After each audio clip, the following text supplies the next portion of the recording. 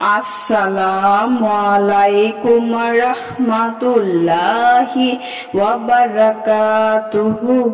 সুপ্রিয় সম্মানিত দর্শক ও শ্রোতা, আশা করি মহান রব্বুল আলামিনের দয়ায় আপনারা সকলেই ভালো আছেন। সুপ্রিয় সম্মানিত দর্শক ও শ্রোতা, আজকে হযরত বিলাল হাবশী রাদিয়াল্লাহু তাআলা আনহু থেকে একটি ঘটনা বর্ণনা করব। ঘটনার শিরোনাম হচ্ছে জরাক্লান্ত। সুপ্রিয় সম্মানিত দর্শক ও শ্রোতা, আপনাদের নিকট অনুরোধ থাকবে ঘটনাটি শেষ পর্যন্ত শোনার। মুহাজিরগণ যখন গরম ও শুষ্ক এলাকা মক্কা ছেড়ে আর্দ্র আবহাওয়ার অধিকারী মদিনায় হিজরত করলেন, তখন অনেকেরই বিভিন্ন প্রকার জ্বর দেখা দিল। মদিনায় যে জ্বর হয় তা হুম্মা ইয়াসরাব নামে পূর্ব থেকে সমগ্র আরবে প্রসিদ্ধ ছিল। এই কারণে মদিনায় পৌঁছেই কয়েকজন সাহাবী জরাক্রান্ত হয়ে পড়লেন। হযরত আবু বকর রাদিয়াল্লাহু তাআলা আনহু এর জ্বরের মাত্রা ছিল অনেক বেশি।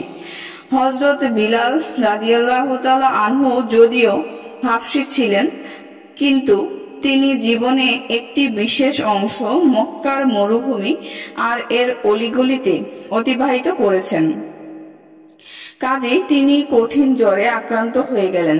হযরত আয়েশা রাদিয়াল্লাহু তাআলা আনহু বর্ণনা করেন, নবীজি সাল্লাল্লাহু আলাইহি ওয়াসাল্লাম যখন মদিনায় আগমন করেন, তখন আবু বকর রাদিয়াল্লাহু তাআলা আনহু কঠিন জ্বরাক্রান্ত হন।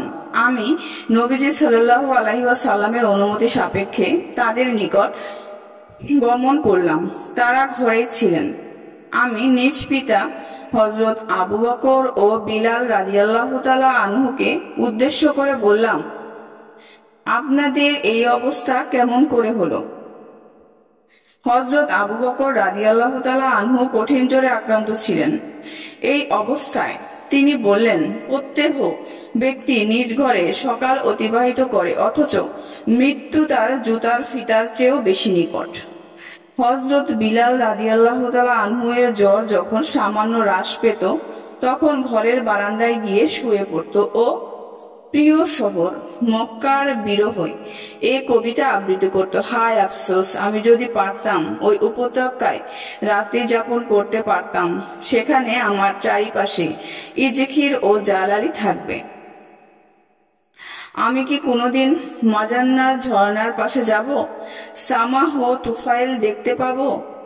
সাইয়্যিদুনা বিল্লাল রাদিয়াল্লাহু তাআলা আনহু এটাও বলতেন যে, হায় আল্লাহ, সাইবা ইবনে রবিয়া ও উমাইয়া ইবনে খালফের উপর লানত প্রেরণ করুন, যারা আমাদেরকে নিজ দেশ থেকে বহিষ্কার করেছেন। কেমন যেন তার বারংবার মক্কা মুকাররমা স্মরণ আসছিল এবং তিনি এর স্মরণে বারংবার ক্রন্দন করতেন ও কবিতা পাঠ করতেন। কেননা মদিনা মুনাওয়ারার তাশরিফ আনার পর তিনি বিভিন্ন কষ্ট, বিপদ আপদ ও অসুখ বিসুখে জর্জরিত হয়ে পড়েন।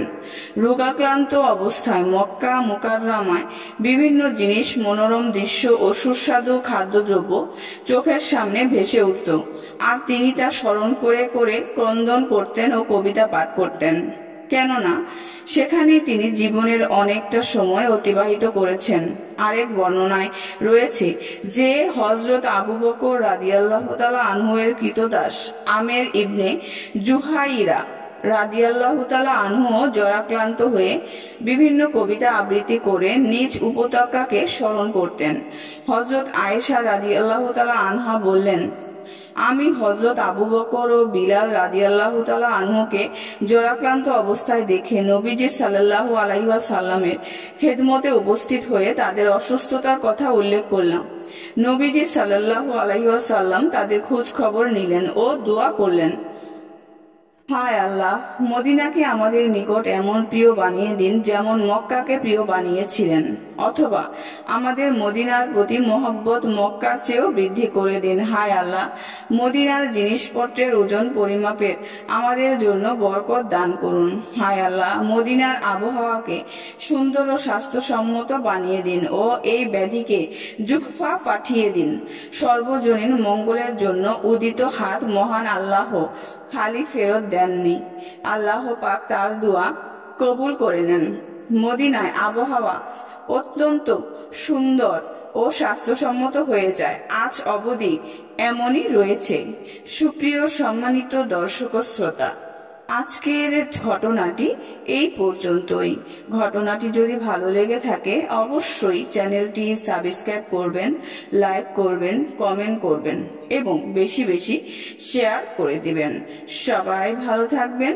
আল্লাহ হাফেজ।